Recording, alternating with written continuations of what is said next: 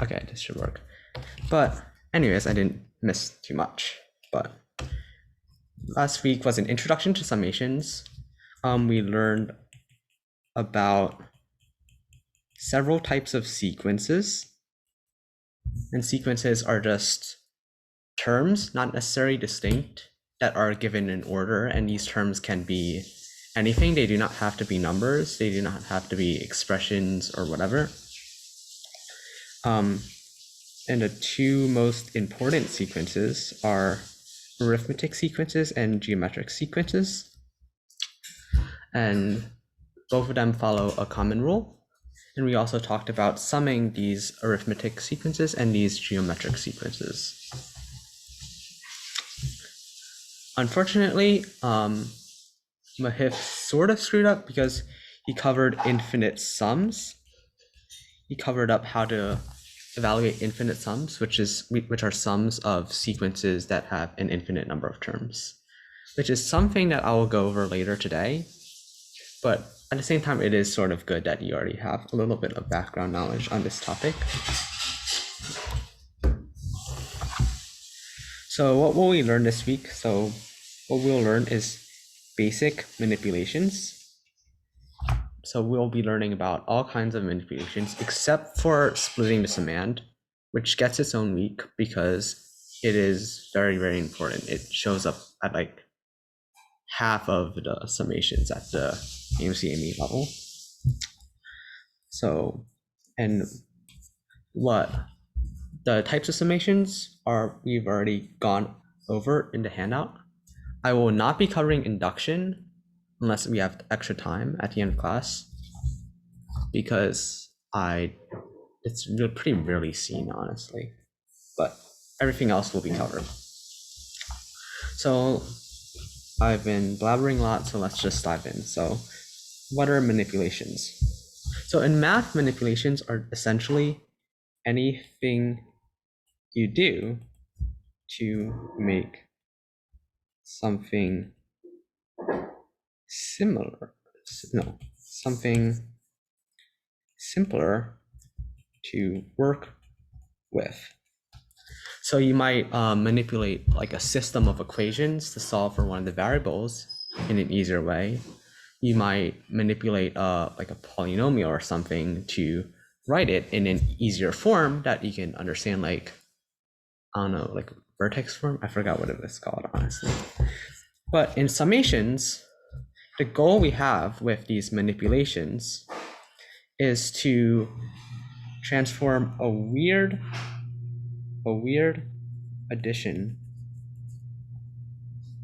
problem into, we're trying to manipulate a weird addition problem into a simpler computation problem.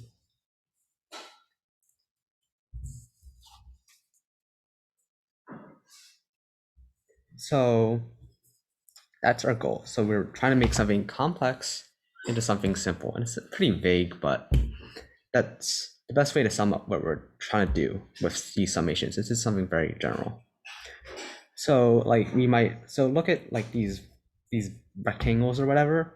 So you might like try to sum the areas of these rectangles, but it's really weird because they all have different areas and it's very hard to deal with. So what would be easier is to transform it into like a bunch of rectangles with like the same size, right? Like a bunch of squares, and it just becomes a multiplication problem. And I'm not sure what I just said made any sense, but basically in summations, we're trying to change a complicated addition problem into a computation problem. And this computation problem, it's often about like something like multiplication, division, stuff that doesn't originally show up in the summation, but we've added by manipulating the summation. But anyways, onto the first manipulation that we'll be talking about.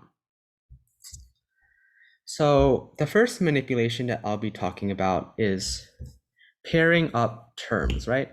So this is a strategy that we've seen multiple times before. That's why I wanted to start with it.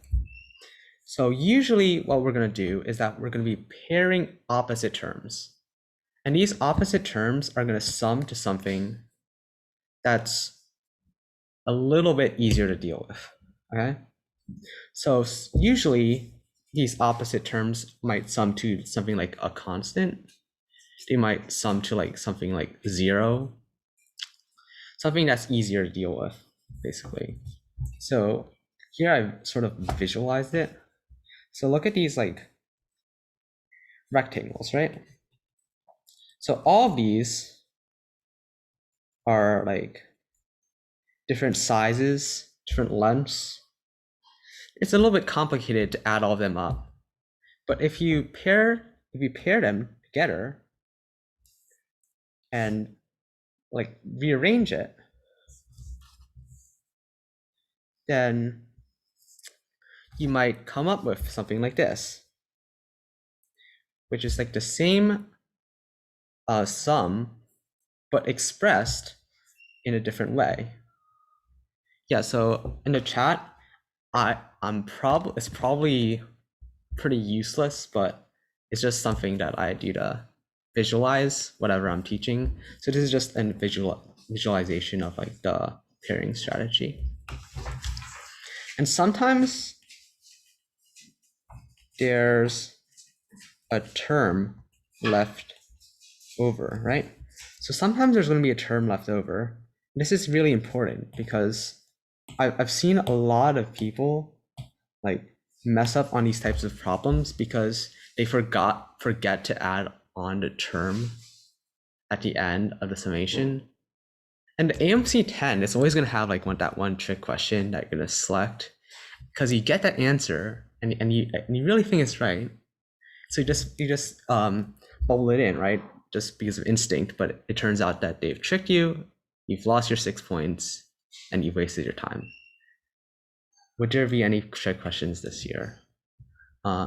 After 2021 AMC 10B, I have lost my trust in MAA. So yes, there will be trick questions this year. Okay, so let's look at an example that we've seen already, right? So this is just an example of an arithmetic sequence. We've dealt with this before. So I'm just going to review it with you. So this is the sum of all of the integers between 9 and 77. Some integers between 9 and 77. You might write it using summation notation like this. If you have trouble with understanding summation notation, then you can tell me via Discord, in the chat or something, but I will not be covering it like live here. But anyways, we have a total, you guys might notice, you have a total of 69 terms. So now we want the opposite term, we want the opposite pairs to sum to the same number, right? So one way, the way you're supposed to do this is you pair the first and last term, 9 and 77. You pair the second and the second to last term, 10 and 76, and 11, 77, 5, so on. Each of these pairs, right, they're going to sum to 86. So 86, 86, and so on. So first of all, how many pairs are there going to be, right? So there's going to be the floor of 69 over 2. That's going to be 34, right? Yes, I'm not stupid. So going to be 34 pairs of numbers that sum to 86. So you have 34 times 86. And 34 times 86. Can someone, since the chat seems decently active, does someone want to do the computation for me? Well, I've already done it, but will someone give me the answer? What is 34 times 86? Correct. 2924. So our answer is 2,924, right? Yes, I was checking to see if you guys would catch my mistake. So obviously, there's an odd number of terms since 69 is an odd number. So we've actually forgotten about one of the terms, and that term is going to be 43. So we must add 43 at the end. And that gives us the final answer, which is going to be 2,967.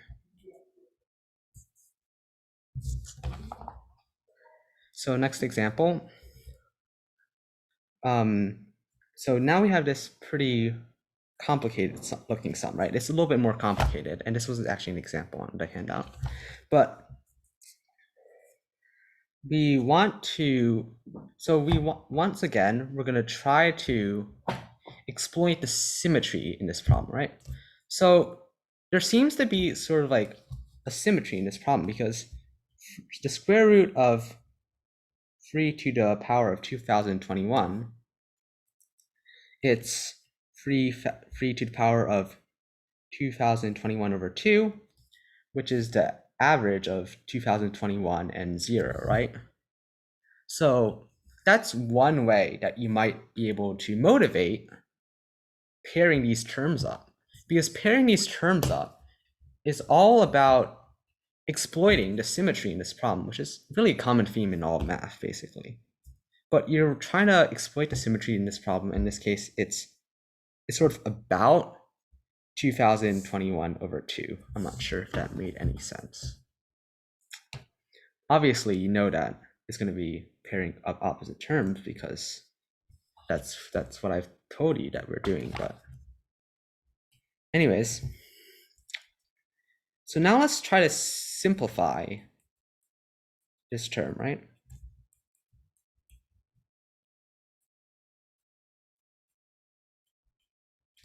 We're going to try to simplify this term. And the way we do this is that we combine the denominators, right? So you might see that when we combine, you might have seen already that when we combine the denominators, we get something that's pretty cool. So first of all, the square root of 3 to the power of 221, right? It becomes 3 to the power of 221. 3 to the power of I times 3 to the power of 2021 minus I, that becomes 3 to the power of 221 again, plus, oops, I am running out of room. What's this? No.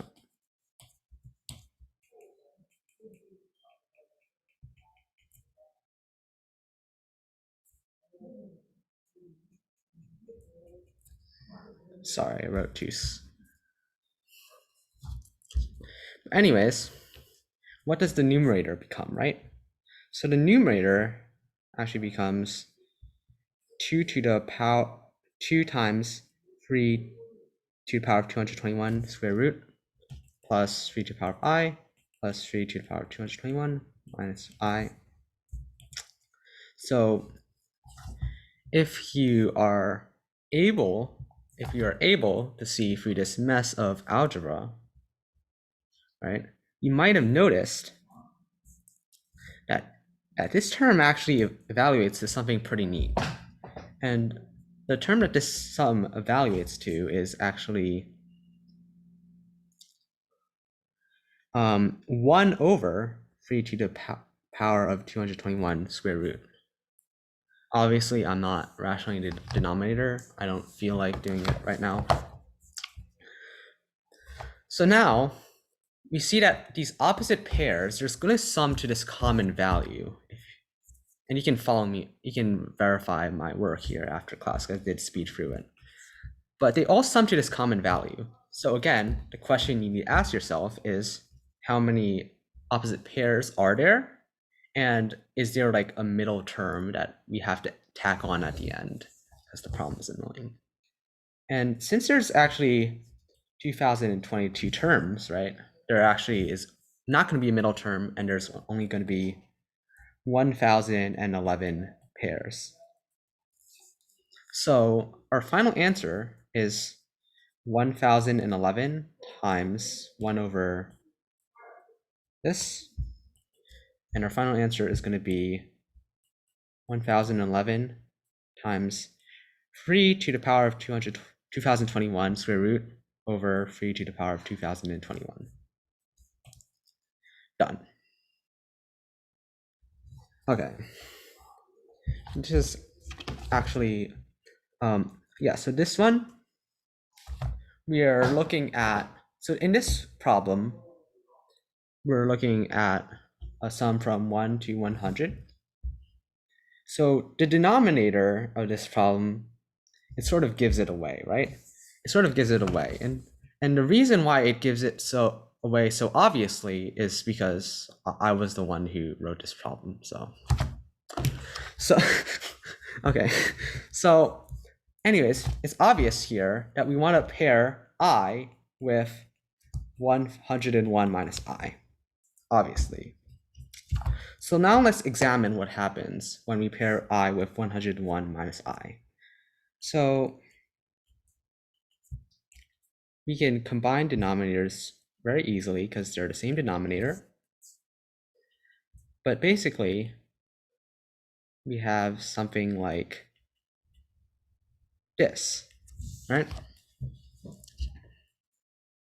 So you might be able to note, so this is a little bit hard to spot, but because you might have noticed that because this term has a different sign than this term, one of these terms is going to be positive and one of these terms is going to be negative. We also know that 25 is a square, and so 25 is a square, and more importantly, it's the square of 5, which is the term here. So if you are smart, then this might remind you of a very familiar factorization. In case you do not know, it is the difference of squares factorization. So that states that x squared minus y squared over x plus y equals x minus y for like random x and y. So anyways, let's take a look at what this simplifies to, right? So we have negative 1 to the power of I plus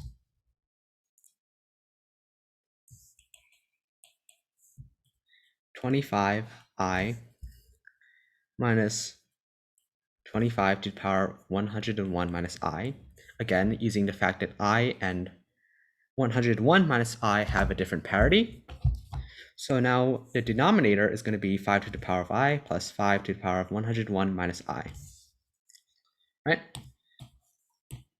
So this is going to become negative 1 to the power of I times 5 to the I minus 5 to the power of 101 minus I.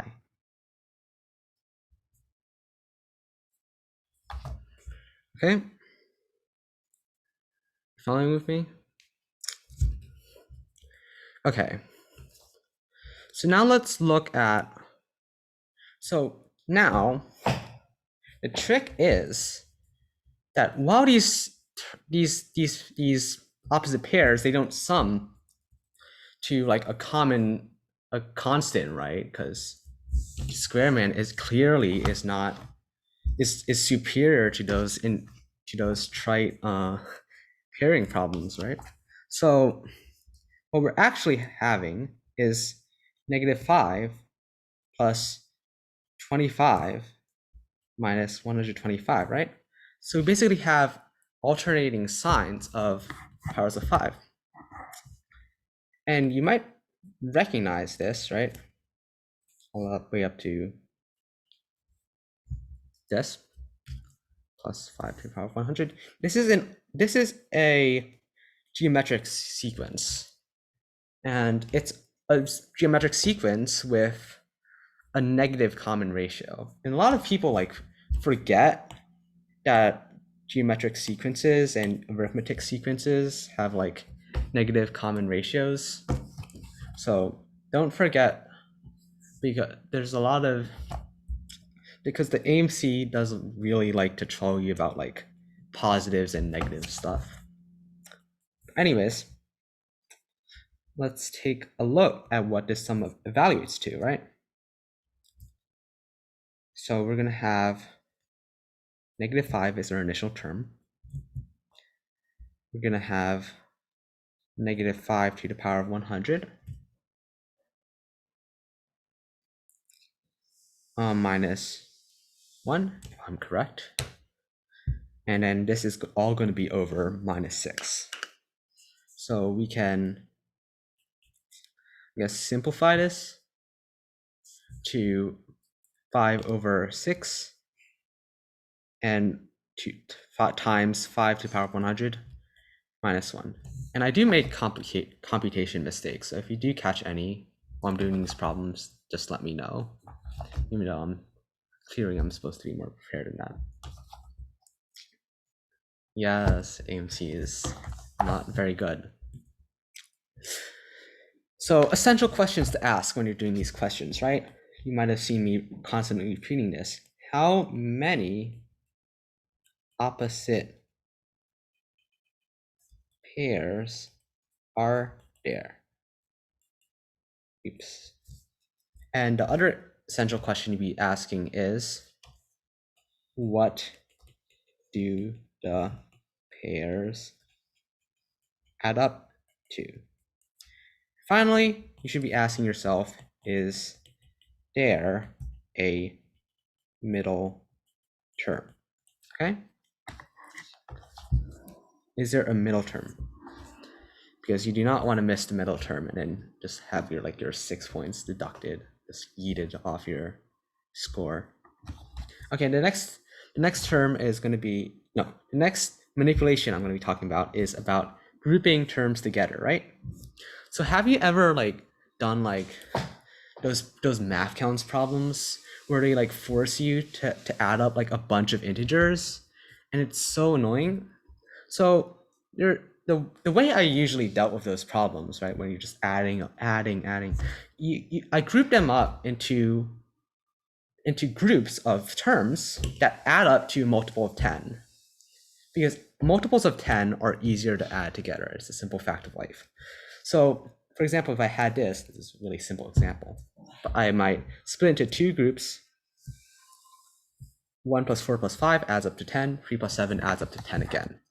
So this, when I group these terms up, it became easy, because now I can just add them together and get our final answer, which is 20.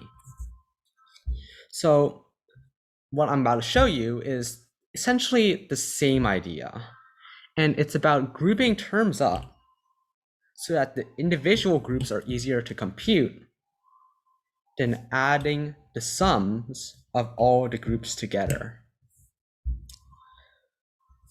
Can I redo that problem again? So it's, which problem are you speaking about?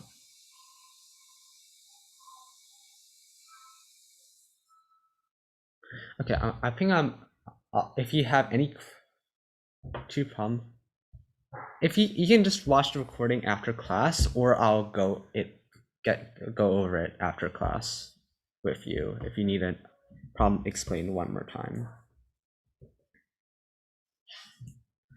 So anyways, let me move on to the next topic, which is about periodic sequences, right? So a periodic sequence occurs when a sequence essentially repeats after a certain term. So the classic example, right, is about units digit of powers of whatever, like powers of 2, like one of those math counts problems. I can't stop hating on math counts. They might ask you what's the units digit of 2 to the power of 2021, right? Then you just do the 2, 4, 8, 6, and 2. Oh my god, it repeats, right? So the units digits of 2, they repeat, of exponents of 2. So in periodic sequences, it's the same concept. We're going to have a sequence that essentially repeats after a certain term. So to get better understanding of this, let's take a look at a problem from the, oh no, don't worry, it was a very early problem. But anyways, a sequence A0, A1, A2 satisfies A0 equals 999, A1 equals negative 999, and AN equals AN minus 1 times AN plus 1 for every possible integer n. So our job is going to be finding A1 plus A2 plus blah, blah, blah, plus A1000, okay? So this problem seems pretty intimidating, but the trick is, as in many problems, is to just write terms of the sequence out. If you don't understand the behavior of a sequence, I guarantee you that writing the sequence out, writing the first few terms of sequence out, it will help you. Because like one time it was like on the AOIME or something, there was like this problem, and literally all there was to it was just a periodic sequence, but I didn't bother to like try to find a periodic sequence, so I ended up just missing the problem entirely. So always remember to list out the terms of a sequence if you don't understand its properties. So let's try to do this. So A0 and A1 we already have already. A2 is going to be -1, right? A3 is going to be 1. Wait, no, I'm stupid. 1 over 999. A4 is going to be -1 over 999, and A5 is going to be -1 again. What is A6? It's 999. Look, it seems that we came back where we started, right? Because if you keep writing terms, you can verify this on your own, but they keep repeating every 6 terms. So anyways, as you can probably tell, what the goal is to group these terms into groups of 6, right? A plus 2, A plus 3, A plus 4, plus 5, A plus 6, and so on. Just groups of 6 consecutive indices, all the way up to, let's say, what's the greatest integer multiple of 6 less than 1000? It's going to be 996, right? So we're going to have lots of groups of 6, and all of these groups of 6 are going to add up to the same number.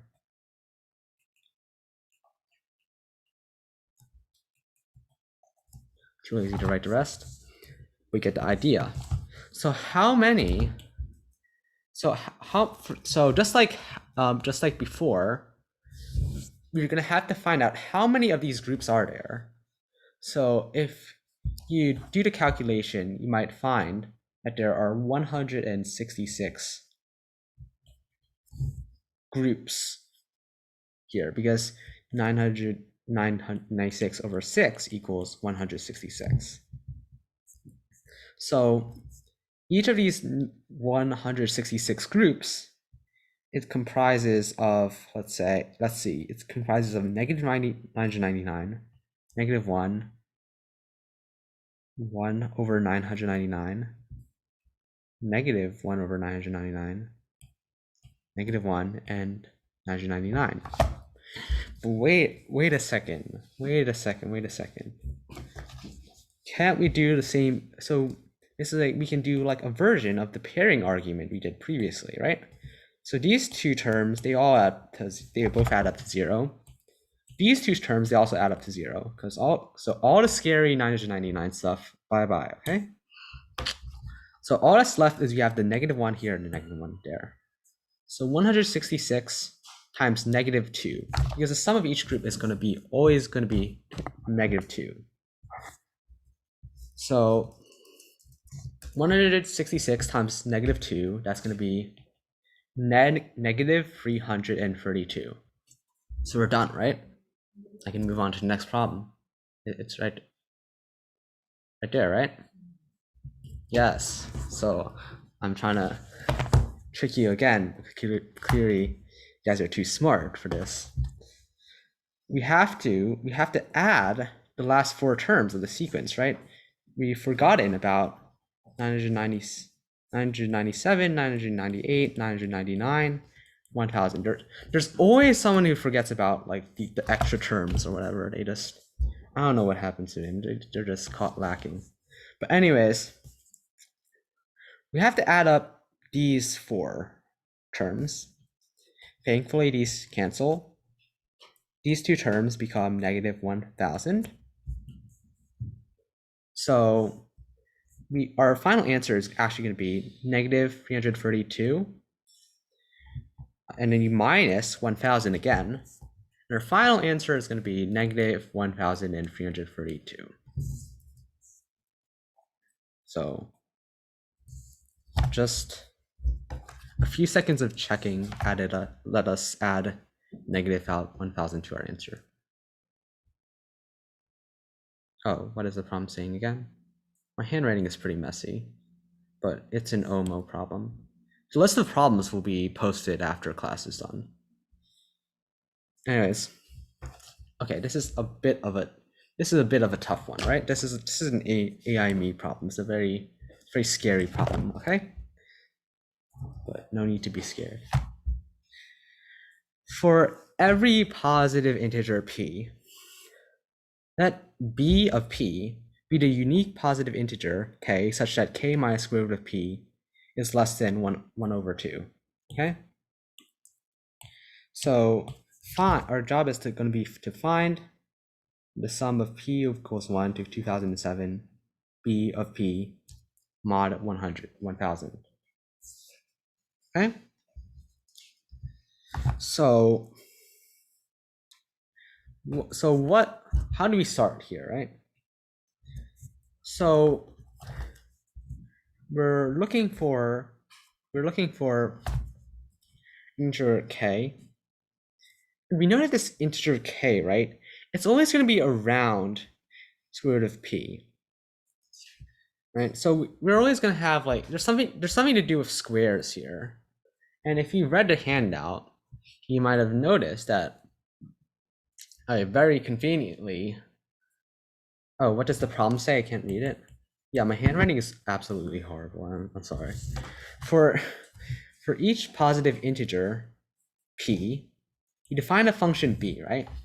So we let b of p be the unique positive integer k such that the absolute value of k minus the square root of p is less than 1/2. So now our job is to find this sum, the remainder when the sum is divided by 1000, because obviously AMY only takes an answer from 0 to 1000. Is anyone on board? I can't scroll up. I can only I don't know how to scroll up. What? Why can't you read? Okay. So someone just give him like the source of the problem and he can search it up later. Well, you can search it up right now.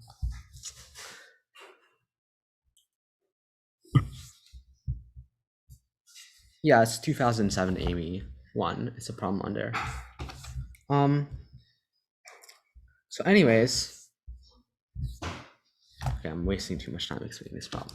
So we know that if k minus square root of p is less than 1/2, then p is going to be less than, and it's going to be, p is going to be greater than k minus 1 over 2 squared, and it's going to be less than k plus 1 over 2 squared, right? So this simplifies to k squared minus k plus 1 over 4, and so we know that this is less than p, and p is less than k squared plus k plus 1 over 4. So basically what we're having is that we know that k squared minus k is less than p, less than or equal to k squared plus k.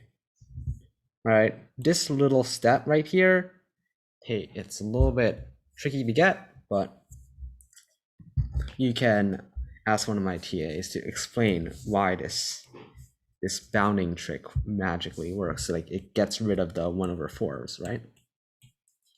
Anyways, how many for each k, right? For each, so the key to this problem, right, is to, instead of thinking of the problem in terms of like p, you actually think of it in terms of k. And what I mean about it is that we're going to try to figure out how many p are there such that b of p equals k. So for each k, how many times does it appear in the sum? Yeah, so Brady, it's like a bounding trick, right? So it uses the fact that p is going to be an integer and k squared minus k is going to be an integer. Yeah, it has to do with the fact that they're integers and not like real numbers. Yeah, big brain. It's given in the problem statement. Okay, so for each k, well, for small enough k, there are going to be 2k numbers in this range, right? 2k possible choices for p, such that b of p is going to equal k. So essentially counting how many times each k appears in the sum. So the sum of BP over this range, right, it's going to be 2k times k. All right?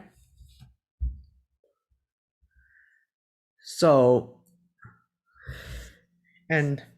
first of all, you might have figured out that the floor of square root of 2007 is going to be equal to 44.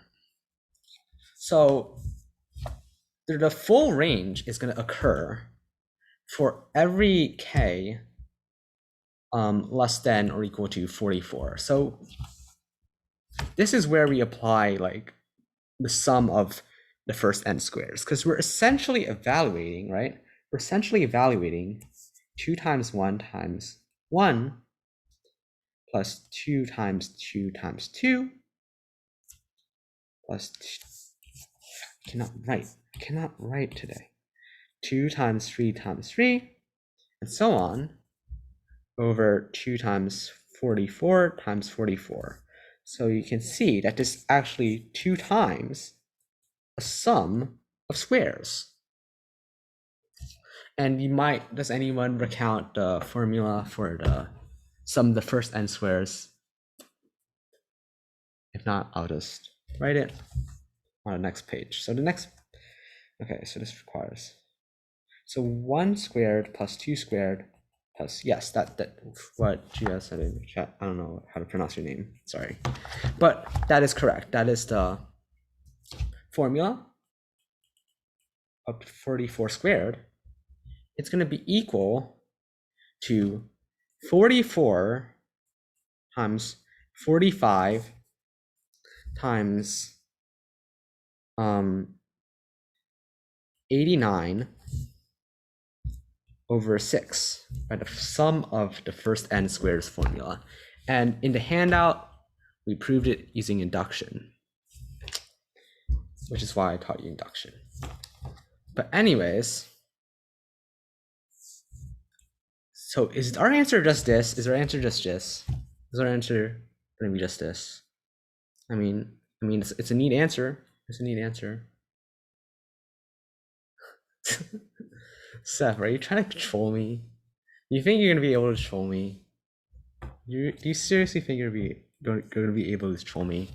Anyways,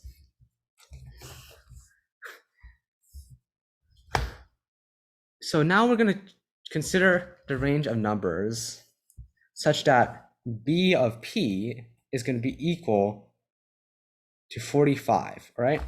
We're gonna be considering the range of numbers such that b of p is gonna be equal to 45, because 45 doesn't get its full range, if that makes sense. It's basically cut off. And the reason why it's cut off is because the year is 2007 and not something like 45 squared plus 45. But anyways, so how many numbers are there in this range that evaluate to 45, right? So the answer is going to be so you might have so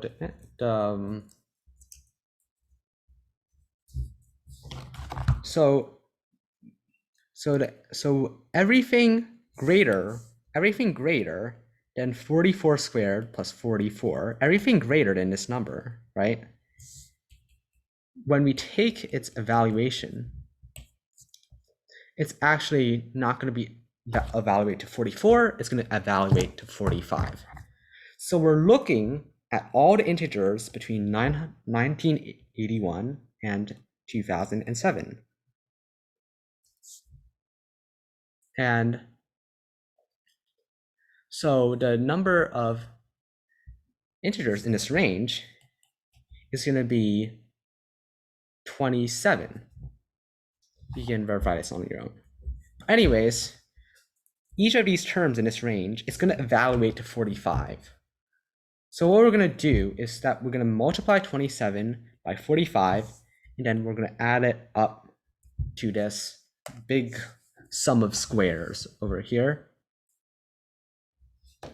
Except, wait for it, we have to multiply this by 2, right? Because each term, you might have forgotten about the 2 that was here. I think I almost forgot about the 2 that was there, honestly. But anyways, so we have this times 40. Oops, my handwriting is atrocious. Plus 27 times 45. So the AME doesn't allow calculators, but we are in a course and I do not have the time. So does anyone have the evaluation of this answer? Does anyone want to give me the final answer? Or should I do it? Yes, so if you did the computation using a calculator, your incredible brain, you might have gotten 955 as the remainder when this massive thing is going to be divided by 1000, okay? So 955 is the answer. Congrats, you've done a AME Final 5. You can flex on it on the AOPS forums. Okay, next manipulation, simplify sum directly. So this is often found in number theory / algebra problems, so hybrid crossover problems. It's also going to be found in like Vieta's problems, polynomial manipulations. So in these problems, the summand has to be written in another form first before we can sum them up in a better way. So let's first let's take a look at an example, okay? So this is from the purple comment, which has a lot of summation problems. So the problem is asking, you have the first 2014 prime numbers, 2 to the power 4, 3 to the power 4, 5 to the power 4. So, and you raise each of them to the power 4, and then you add them up, and you're going to try to find the remainder when this sum is going to be divided by 240. So the first thing that should strike you is that this 240 seems kind of strange, right? Like, why aren't they asking me, like, for the last 3 digits like a normal sane person? But the reason why 240 is chosen is because that it can be written as 5 times 3 times, it can be written as 5 times 3 times 16, right? I didn't. Yeah. So we have this. And by the Chinese remainder theorem, you might have heard of the Chinese remainder theorem. If you're not familiar with the Chinese remainder theorem, you can ask one of our TAs about it. But by the Chinese remainder theorem, essentially, we just want to evaluate the sum mod 5. We want to evaluate the sum 3, mod 3, and we have to find the sum mod 16.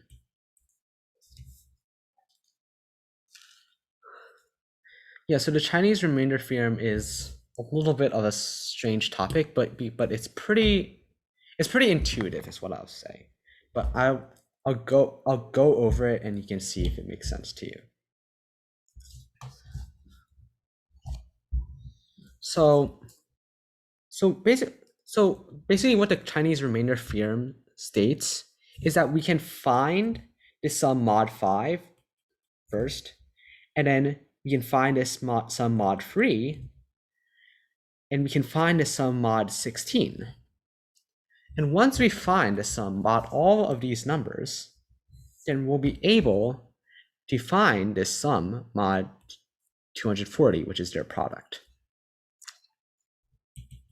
And I'll go into more detail about this later on. But anyways, so first of all, we have 2 to the power 4, which is 16, 3 to the power 4, which is 81, and 5 to the power 4, which is going to be 625. How did I forget that?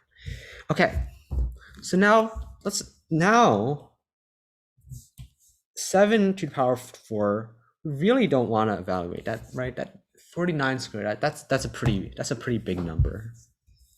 We don't want to evaluate anything over 4 digits. But anyways, what we want to find is the sum mod 240. So the first key insight is to notice that 7 to the power of 4 is going to be equal to 2 to the power of 4, which is equal to 1 mod 5. Does it make a little bit of sense? So basically, we're doing a little bit of modular arithmetic here, a little bit of number theory here. So basically, 7 to the power 4 is going to be equal to 1 modulo 5. Now let's think of it modulo, let's say, what about 3, right?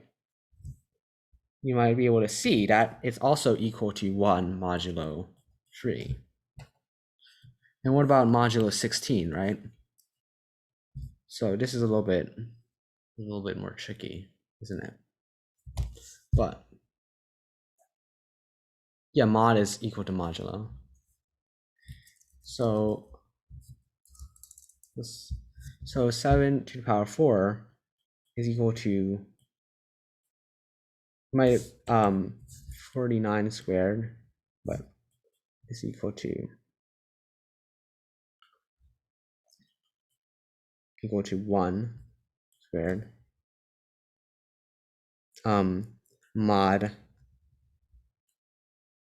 16. Okay, you might be noticed that. So basically, I explained it a little bit weirdly, but 7 to the power 4, it's going to be 1 modulo all of these numbers, okay? So one consequence of the Chinese remainder theorem is that this means that 7 to the power 4 is also going to be 1 modulo 240. So that's essentially what the Chinese remainder theorem tells us. That's one thing that the Chinese remainder theorem tells us. Okay? So you have this weird, so again, we're simplifying the summand directly. So we've seen that this 4-digit number or something, it's going to be equal to 1 modulus 240. And we all know that 1 is easier to deal with than a 4-digit number. And I'll leave it to you to validate this, because I might run a little bit short of time. Okay, but 7 to the power 4. So all these terms, right? All these terms, they're going to be equal to 1 modulo 240. Okay. So I'll leave it to you, guys, because I'm running short of time. I know that. But all these terms will evaluate to 1 modulo 240. And the reason why is because they're all raised to the power 4. But anyways, I'm sure it's a well-known result. But anyways, what you've essentially reduced this problem to is to finding out what 16 plus 81 plus 625 plus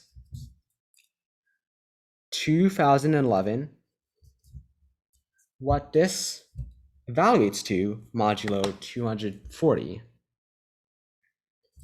So let's see what this evaluates to. So would anyone like to provide an answer, or should I just give it out? Modulo 240, the remainder.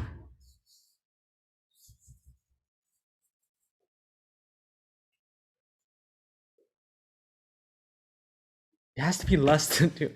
Yes, 93. That's the answer I was looking for. 93, and we're done. Okay. Okay, I'll do this one real quick, and I'll have to skip over this one because this one is a monster, to say the least. But this is another example from the Amy. So we have this really weird looking thing over here, and our main problem is that how the heck do we deal with this, right? So the key intuition, and I found this really silly when I first saw the problem, but the key intuition is that the ceiling of x minus the floor of x is going to be equal to 1 if x is not equal to an integer, and it's going to equal 0 if x is an integer. Okay? So this is all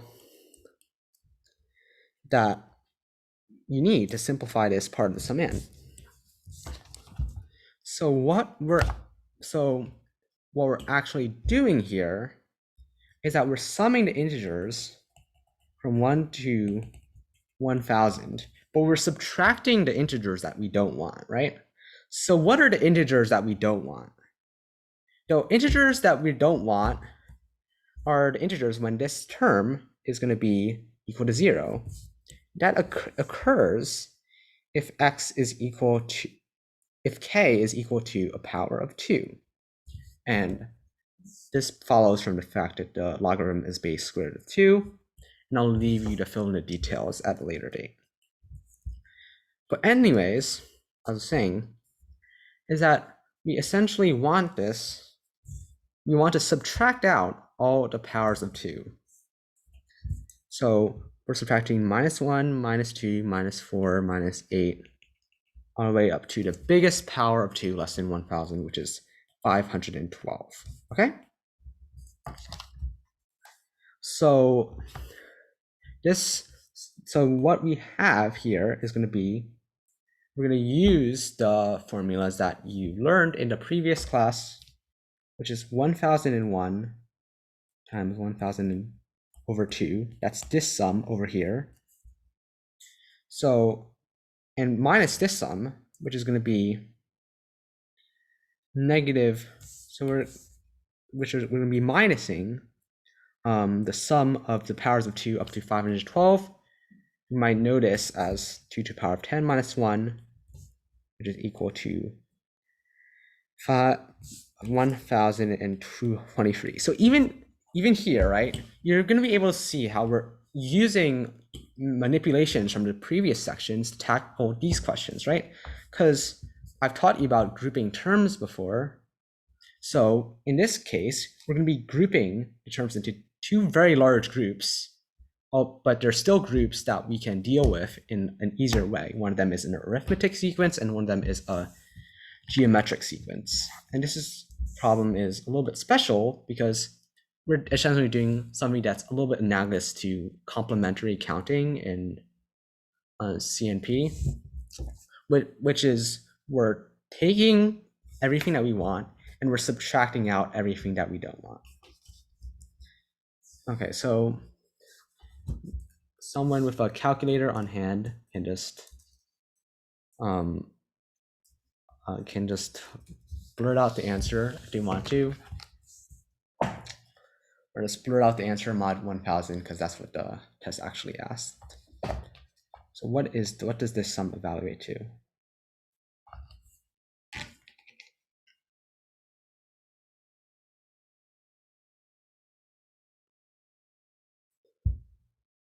Yes, the problem said mod 1000, but I'm a psychopath, so I didn't include it.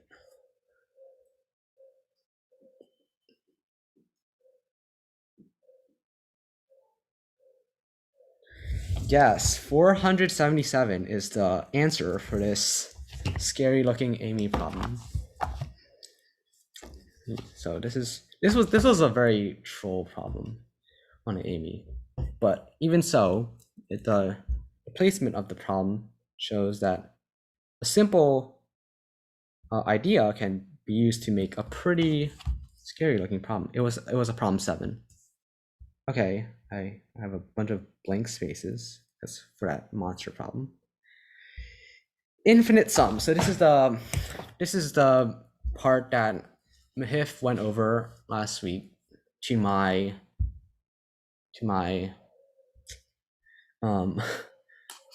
disappointment. But anyways, infinite sums are sums of infinitely many terms.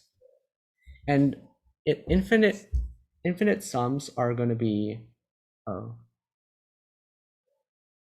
I have to accept someone into it. Justin, I don't see him in the waiting room. I moved him into the room. Yeah, he got accepted. Yeah. Okay. That's nice. So infinite sums are sums of infinitely many terms. So we denote an infinite sum in this way, right? Where f is some function in terms of I. So this becomes f1 plus f2 plus f3 plus blah, blah, blah, all so on onto infinity. So this sum, we say that it either converges or it diverges. So it converges if partial sums of this infinite sum. So partial sums are going to be sums of f of I up to a large n. So if these partial sums are going to come arbitrarily close to some real number r, as n keeps getting bigger and bigger and bigger, then we say that the sum is going to converge to this real number r. So we say that the sum evaluates to r. And unfortunately, what I'm saying here is going to sound pretty hand wavy. And the reason why it sounds so hand wavy is because the actual rigorous definition of a infinite sum, it involves a little bit of calculus to my knowledge. And I can't really teach you calculus because this is a high school kind of math course. But anyways, So we might have like a geometric series, right? A plus AR squared plus AR cubed or something. So this geometric series is gonna converge if the absolute value of R is less than 1. And this was something that was covered in the handout, and you can also prove it on your own. But anyways, if R is the absolute value of R is greater than or equal to 1, then we say that the sum is not going to converge, it's going to diverge. So an infinite sum diverges if it does not converge. That's the definition of divergent sums. So it's either converges or diverges. There is no in between. So there is a problem in what I said on the handout. And what I said on the handout was if the sum is bounded in both directions, I said that it's going to converge, right? And ultimately, I was wrong, as I often am. If the sum is bounded in both directions, it does not necessarily converge. It does not necessarily converge. And one example of a sum that is bounded in both directions, as in the partial sums cannot exceed a particular number. If the sum is bounded in both directions, but it does not necessarily converge, one example is going to be something like 1 minus 1 plus 1 minus 1 plus 1 minus 1, right? Plus 1 minus 1, and so on, right? Because this sum, it's gonna, sure, it's bounded, but it's not going to converge. And the reason, and it doesn't converge because it's actually a geometric series with common ratio R equals -1, and unfortunately that does not satisfy our constraints for it converging, and instead it diverges. Anyways, this is a pretty interesting topic, and you can explore it later on if you want to. So now let's take a look at an arithmetical geometric series sum, right? So first of all, we want to evaluate a partial sum of this arithmetical geometric series. So a partial sum is going to be the sum of the terms evaluated to a particular integer n, right? It's going to be what I've circled here, okay? So that's going to be 1 plus 2r plus 3r squared plus blah, blah, blah, plus nr to the power of n minus 1, okay? And the way we evaluated this, we've already walked you through it in handout 1, so I'm just going to quickly review it. So r to the power, r times s of n, called s of n, the partial sum to the integer n, right? But anyways, r times s of n is going to be 1 plus, no, I am bad.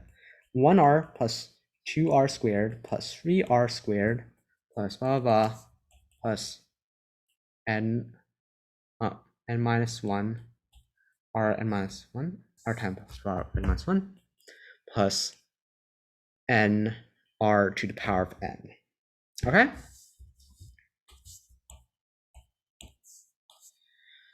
So 1 minus r times s of n, it's going to equal 1 plus r squared plus blah, blah, plus r to the power of n minus 1 plus n times r to the power of n, right? So it's interesting, right? Because now it seems that we have part of a geometric series. And again, we can sort of group terms, I guess, whatever you call it. But this sum is going to become 1 minus r to the power of n over 1 minus r plus n times r to the power of n. Sorry if I'm just speaking nonsense here. But anyways, what we eventually have is that s of n is going to be equal, in terms of n, it's going to be equal to 1 minus r to the power of n divided by 1 minus r squared plus n to the n times r to the power of n over 1 minus r. Okay? So as n keeps getting bigger, it keeps going to infinity, right? This term, since r is, the absolute value of r is less than 1, this term is going to become arbitrarily close to 1 over 1 minus r squared. And this term, I'll leave this to you to verify, but this term, it's actually going to evaluate, it's gonna gradually approach 0. It's gonna keep decreasing all the way to 0, never reaching it, but it's gonna come arbitrarily close. So as n to the goes to the infinity, the partial sum is going to approach this real number, which is 1 over 1 minus the common ratio squared. Okay? So we actually have that if this sum is, the sum can be called s equals 1 over 1 minus r squared. So once again, to recap, I know I said a bunch of gibberish, but we're essentially looking at partial sums, which are parts of the sum up to a certain integer. We evaluate these partial sums, and what we do is that we notice that the sums, they're going to come arbitrarily close to some real number, and the real number that these sums come arbitrarily close to, it ends up being 1 over 1 minus r squared. Okay? So this is okay, next slide. So I like to do a little bit more of hand wavy stuff. So when does a series converge, right? This is just general knowledge. And it is bounded and it is monotonically increasing and decreasing. So what that means is that each of the terms, it's either going to be positive or negative. So it's either going to be all positive, it's going to keep increasing, right?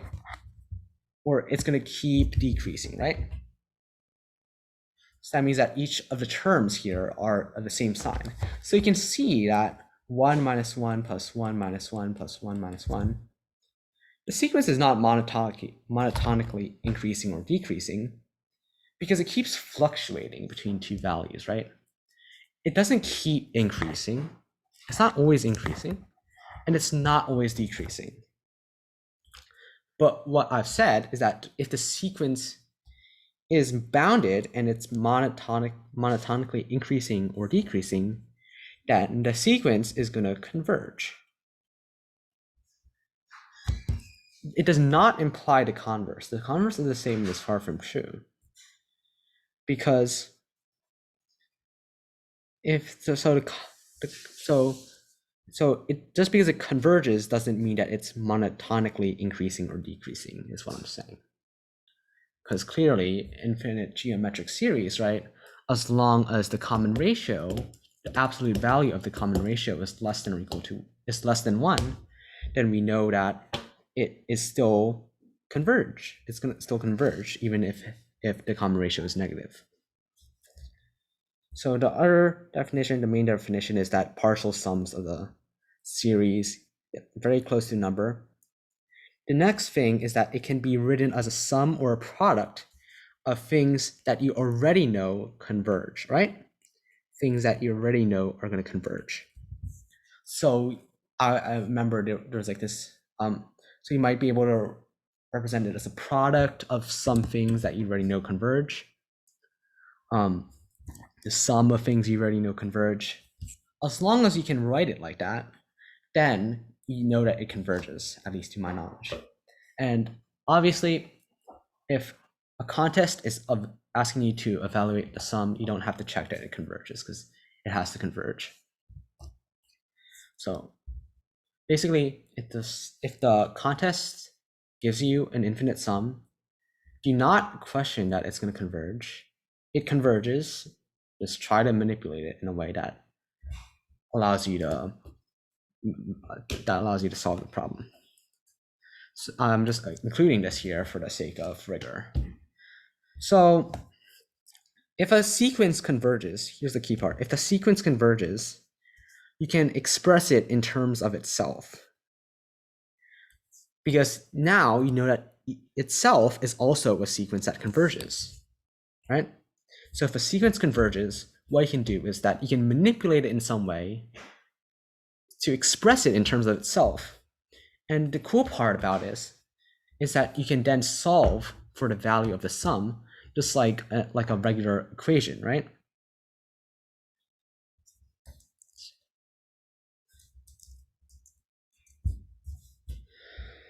Okay, this is a tough example. I don't think I'm not gonna go over this because it's we're running out of time.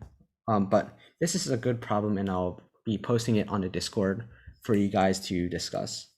Yeah, so 1 plus 1 over 2 plus 1 over 3. It's actually a famous problem that sum does not converge. It's something called the harmonic series. Yeah, it's the harmonic series, and it's pretty interesting. You can actually estimate partial sums of it. You can estimate partial sums of the harmonic series to a certain degree, but in the end, these partial sums, right? They just keep getting bigger and bigger and bigger and bigger. They don't approach a real number. So the harmonics.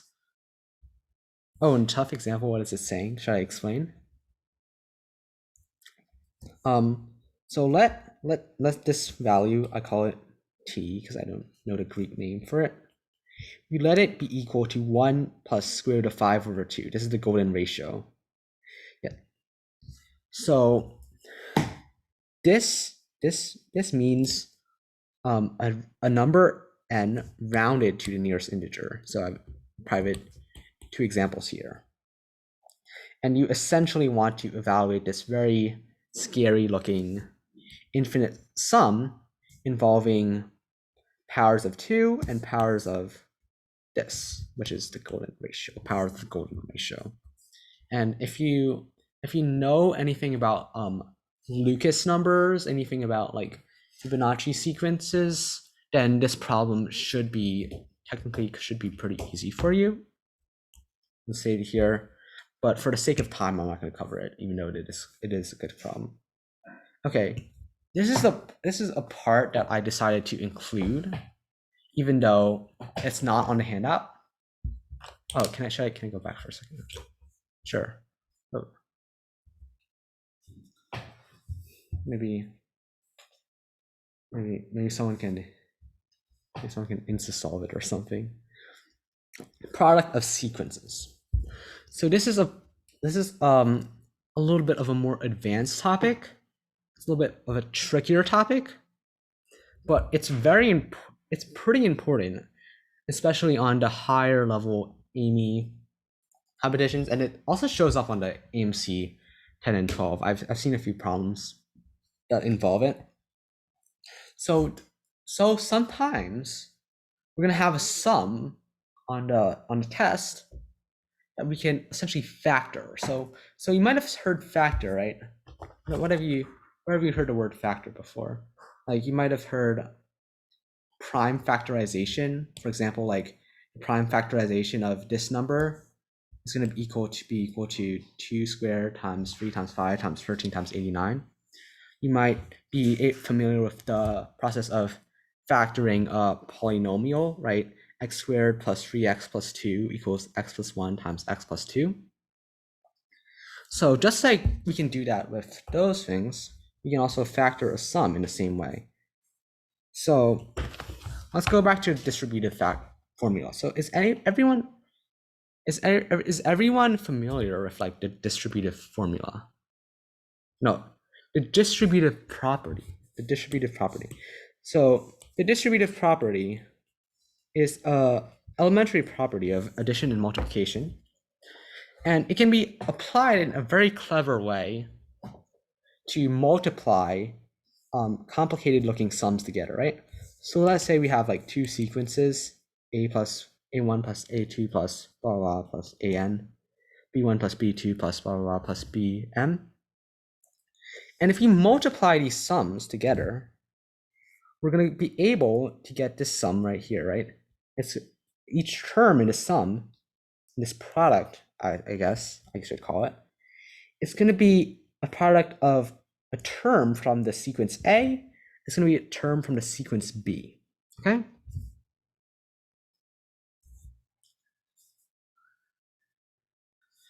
So essentially, we're going to be summing the quantity of ai times bj over all ordered pairs of integers ij, where I is some integer, right? I is some integer between 1 and n, and j is some integer between 1 and m, right? So this is a little bit of a more complicated example of the distributive property than what you might be used to, but it still follows from the distributive property. But anyways, you might have seen like how we can multiply sums of terms and get another sum of terms, right? So the tricky thing is sometimes competitions, what do, they'll give you something like this. And now what you're going to have to do is you're going to have to factor it back into these sums, this sum and this sum. And what happens is that these sums are usually going to be a little bit easier to evaluate, if that makes a little bit of sense. But one example, right, is the sum of the dividers. Is anyone familiar with the sum of the dividers formula? It's fine if you're not. Yes, so I got a few yeses and a few nos. So a factor or divisor is just basically any integer that divides some given integer. So let's say we wanted to find the sum of the factors of 3 to the power 5 times 5 to the power 5 times 7 to the power 5, right? And actually, there are 216 factors, right? Because 6 times 6 times 6 equals 216, all right?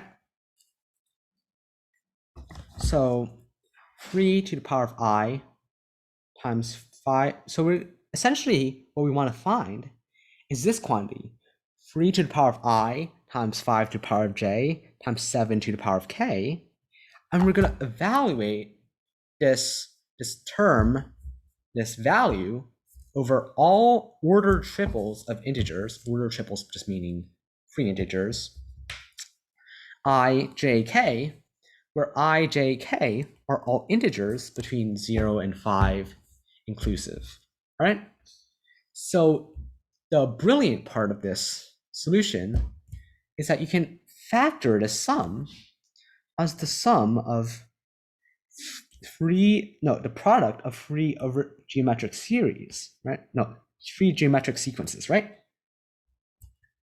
We have the sum of the powers of 3 from 1 to 3 to the power 5, 1 to the power 1 plus 5 plus 5 squared plus blah blah plus 5 to the power 5, and 1 plus 7 squared plus blah blah plus 7 to the power 5. And we do this via the distributive property of addition and multiplication. So we're basically reversing what we already know from the distributive property. Okay? I hope that made a little bit of sense. So when we're factoring a sum, it's a tricky process, and because of it, there's stuff that almost everyone gets wrong from time and time again, okay? So what should we check? So what I've learned is the first thing you should check is that the number of terms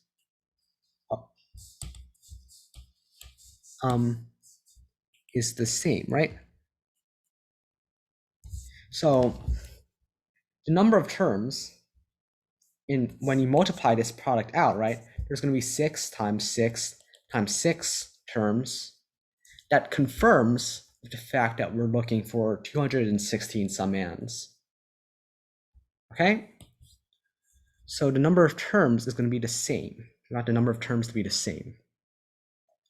The other thing is that we want each, so the next thing is each term in our original sum is expressed exactly once. Okay, exactly once.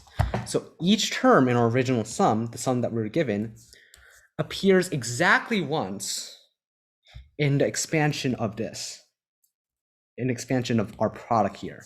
So a lot of people, what they'll do is that they'll come up with a product of sequences, but this product of sequences, when you multiply it out and use the distributive property, some of the terms in the original sum, they're going to be counted twice, 3 times, or sometimes none at all. Not at all. There's some terms that they're just not there. So these things you have to account for either by finding a new product of sequences that actually works, or you can subtract out the terms you don't want or add back the terms that you do want. Okay? So again, like this, the complementary counting idea, right? Where we're subtracting out the things we don't want. We might also want to add back the things that we do want. Okay? Now let's talk about multiplying infinite sums. I know I'm going late a little bit.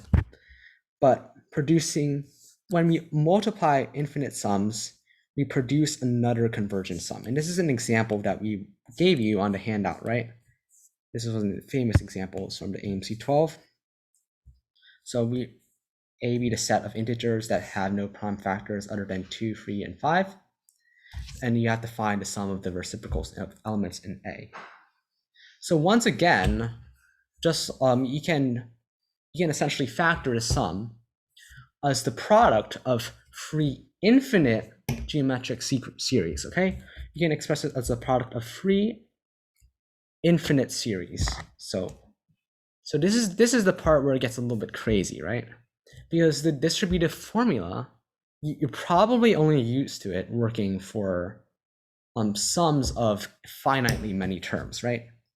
But it turns out you can do something very similar with infinite sums.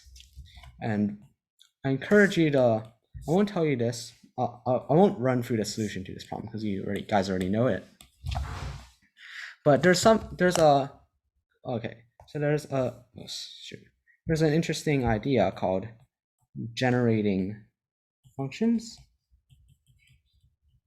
that has to do with multiplying these infinite sums together and seeing what we get. So generating functions are a little bit tricky. They're a little bit advanced. They're too advanced. I deemed them too advanced to include in this course. But they are a very powerful concept. They're a very useful concept. That they're used in a lot of higher level problems like Olympiad problems, HMMT problems. Lots of problems use generating functions. It's all over the place. But CNCM. But yeah, look into generating functions. There's a ton of materials out there, as you probably already know. But it's a very cool topic. I encourage you to listen. So let's look back at why. So you might have noticed the arithmetical geometric series, right? 1 plus 2r plus 3r squared, blah, blah, blah. it's going to evaluate to this 1 over 1 minus r squared, right? This is a little bit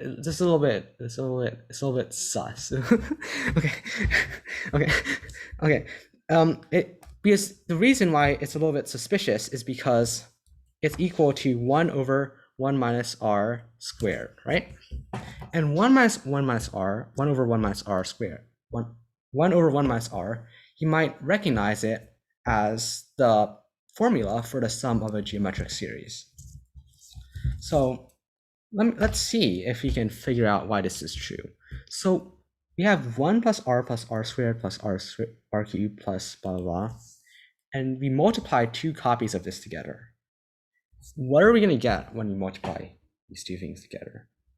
So I've written it out a little bit for you to see, right? So we have 1 plus r squared plus r cubed. This comes from multiplying 1 with this sum. Now we multiply r with this sum, we get r plus r squared plus r cubed. And r squared times this sum, yes, I'm going to say a lot of r's. R squared times this sum, you get this. R cubed times the sum, you get this. And keep going, right? And you add all these sums together. You add these infinite number of sums together. You might see that we're going to get, by distributive formula, we're going to get 1 copy of 1, 2 copies of r, right? 3 copies of r squared, 4 copies of r cubed, and so on. So in a sense, what we've gotten is this arithmetical geometric series from earlier. We've gotten this by multiplying 2 geometric series together and then using the distributive formula to simplify it. So that's another way to prove that the sum of this series, if the absolute value of r is less than 1, of course, it's going to equal 1 over 1 minus r squared. Okay? Okay, we're at the conclusion. So takeaways.